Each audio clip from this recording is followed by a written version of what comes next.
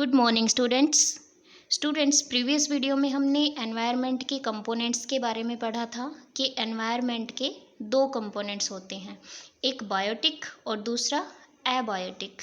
Biotic में living thing से related बात कर रहे होते हैं हम, और एबायोटिक में नॉन लिविंग थिंग से रिलेटेड बात कर रहे होते हैं। तो हमने देखा वहाँ पर कि बायोटिक कंपोनेंट्स में कौन कौन आते हैं, प्लांट्स और एनिमल्स, और एबायोटिक में एटमॉस्फेयर, हाइड्रोस्फीयर एंड लिथोस्फीयर। तो स्टूडेंट्स ये तो हमने कर लिए थे।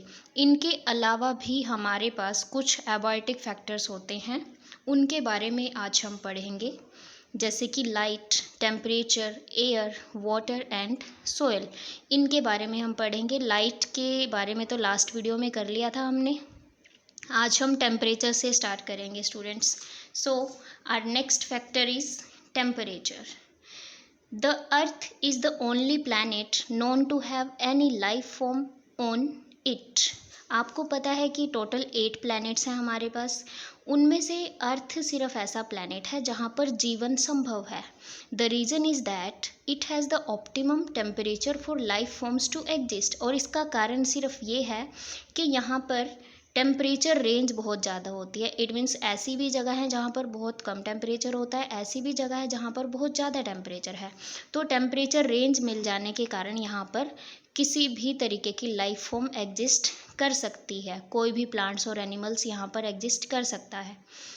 Temperature is the measurement of how hot और कोल्ड समथिंग इज। टेम्परेचर क्या मेजर करता है कि कोई चीज़ कितनी गर्म है या कितनी ठंडी है। Okay students, it is an important factor that regulates the distribution of plants and animals on earth surface. ये बहुत इम्पोर्टेंट फैक्टर है इस चीज़ के लिए कि एनिमल्स और प्लांट्स का डिस्ट्रीब्यूशन किस तरीके से होना है अर्थ के ऊपर, कि किस जगह पर किस तरीके के एनिमल्स और प्लांट्स प्रेजेंट होंगे किसी पर्टिकुलर जगह पर, वो सिर्फ टेम्परेचर पे डिपेंड करता है students. Plants and animals seen in colder regions such as the two poles like the polar bear and snow leopard cannot survive at the equator. Similarly, those seen in the hotter regions will not be able to survive at the poles. देखिए students, आपको पता है अर्थ के दो poles हैं, एक north pole होता है, एक साउथ पोल, और बीच में होती है इक्वेटर। ये एसएसटी में हम करते हैं।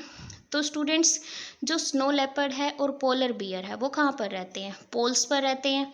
इट मीन्स बहुत ठंडे टेम्परेचर पर रहते हैं, वो कोल्डर रीजन्स में रहते हैं, ठंडे रीजन्स में। और जो दूसरे एनिमल्स है लाइक एलिफेंट, लॉयन, टाइगर, ये इक्वेटर के नज़दीक रहते हैं। इट मीन्स आप कह सकते हैं कि होटर रीजन्स में रहते हैं। तो जो कोल्डर रीजन्स में रहने वाले एनिमल्स हैं वो इक्वेटर के नज़दीक नहीं रह सकते क्योंकि यहाँ पर टेम्परेचर ज़्यादा होता है। और जो होटर रीजन वाले हैं एनिमल्स और प्लांट्स, वो पोल्स पर नहीं रह सकते स्टूडेंट्स, क्योंकि किसी भी जानवर को ज़िंदा रहने के लिए कुछ पर्टिकुलर टेम्परेचर उसकी बॉडी होल्ड कर सकती है। ओके स्टूडेंट्स, तो आगे हम करते हैं। Animals can be grouped into 2 categories. Animals की 2 कैटेगरी में डिवीज़न करी गई है स्टूडेंट्स, एक वार्म ब्लडेड एनिमल्स, दूसरे cold blooded animals. Animals whose body temperature do not fluctuate with environmental changes और outside temperature are known as warm blooded animals. ऐसे animals जिनका बॉडी टेम्परेचर एनवायरमेंट चेंजेस के according नहीं बदलता है, fluctuate नहीं करता है। देखिए दोबारा देखिए, ऐसे एनिमल्स जिनका बॉडी टेम्परेचर बाहर के टेम्परेचर के अकॉर्डिंग चेंज नहीं होता, वो होते हैं warm blooded animals. It means जिनका ब्लड थोड़ा सा गर्म होता है। फॉर एग्जांपल ह्यूमन बींग्स और पोलर बियर, हम जो इंसान हैं स्टूडेंट्स, हम भी वार्म ब्लडेड एनिमल्स हैं, और पोलर बियर भी, और भी एग्जांपल्स होते हैं।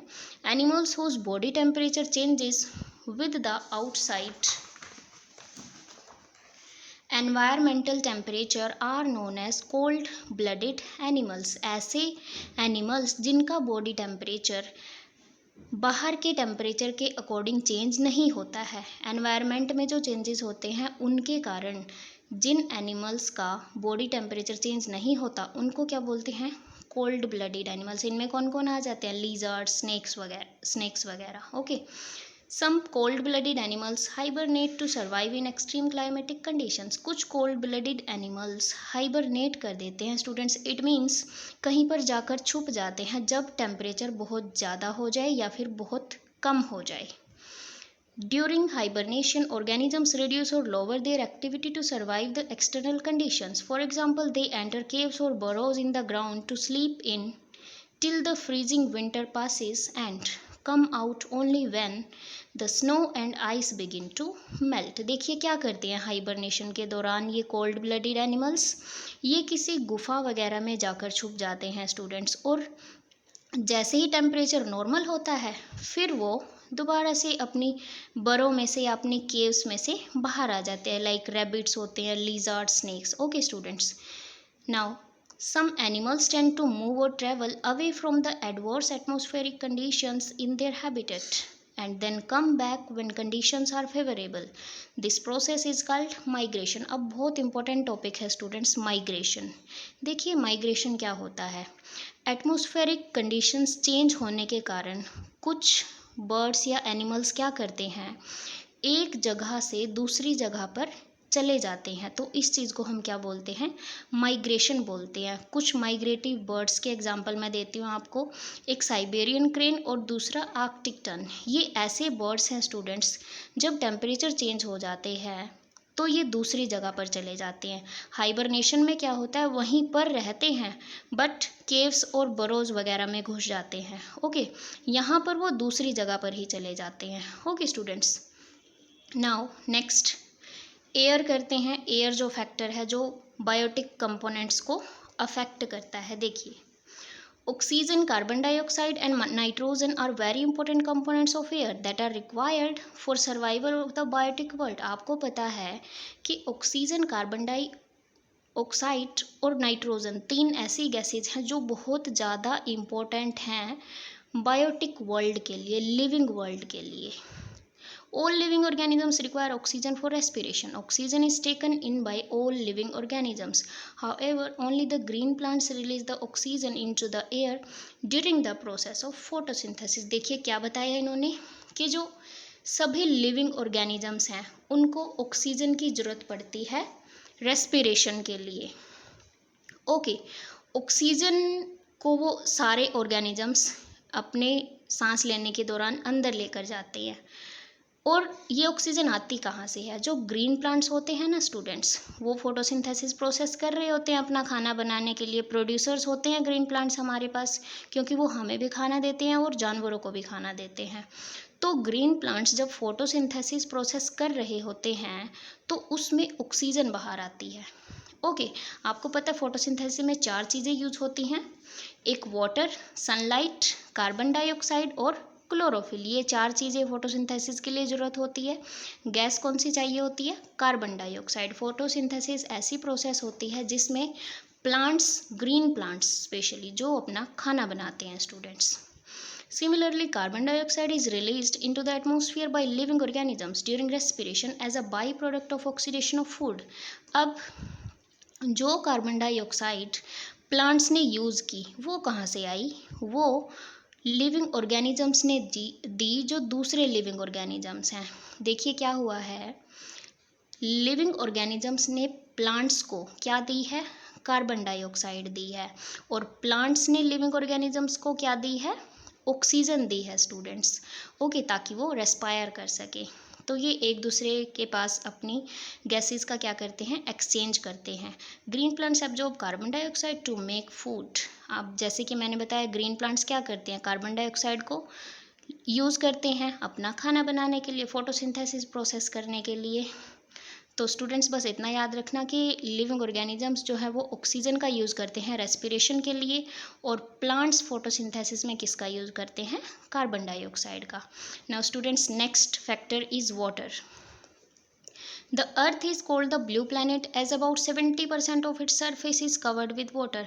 अर्थ को ब्लू प्लैनेट बोला गया है क्योंकि 70% इसके सरफेस पे क्या प्रेजेंट है, वाटर प्रेजेंट है. The very existence of life on this planet is due to presence of water. अब लाइफ के एग्जिस्टेंस अर्थ पर होना किसके कारण है, पानी के कारण है.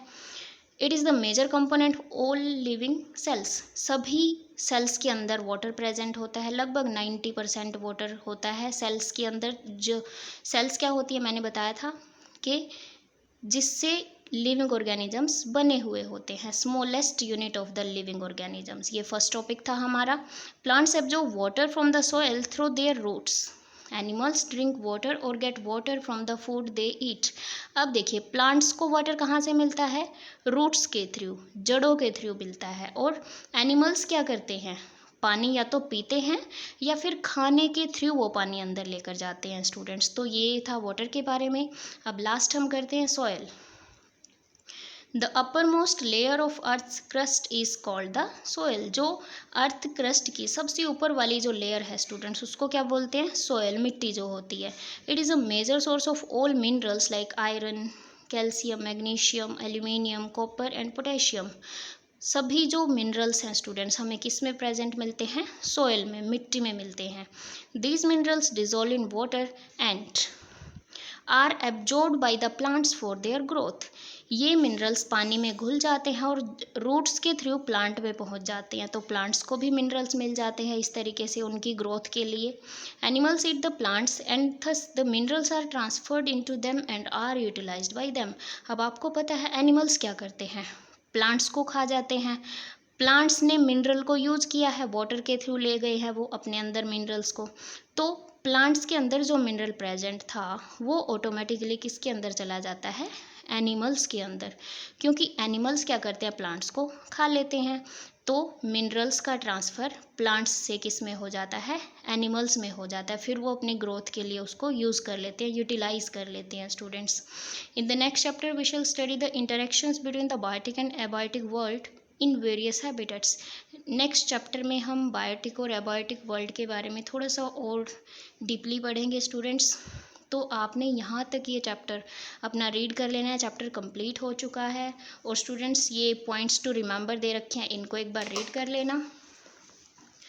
उसके बाद डेफिनेशंस आपने रीड करनी है, फिर आपने ये एक्सरसाइज फिल करनी है। और आगे आपको MCQ भी दे रखे, ये जो मैचेस हैं, मैचेस भी दे रखे होंगे, ये भी आपने मैच कर लेने हैं स्टूडेंट्स। ओके, और वेरी शॉर्ट के आंसर्स ढूंढने की कोशिश करना ताकि आपकी प्रैक्टिस हो जाए। Okay students, thank you.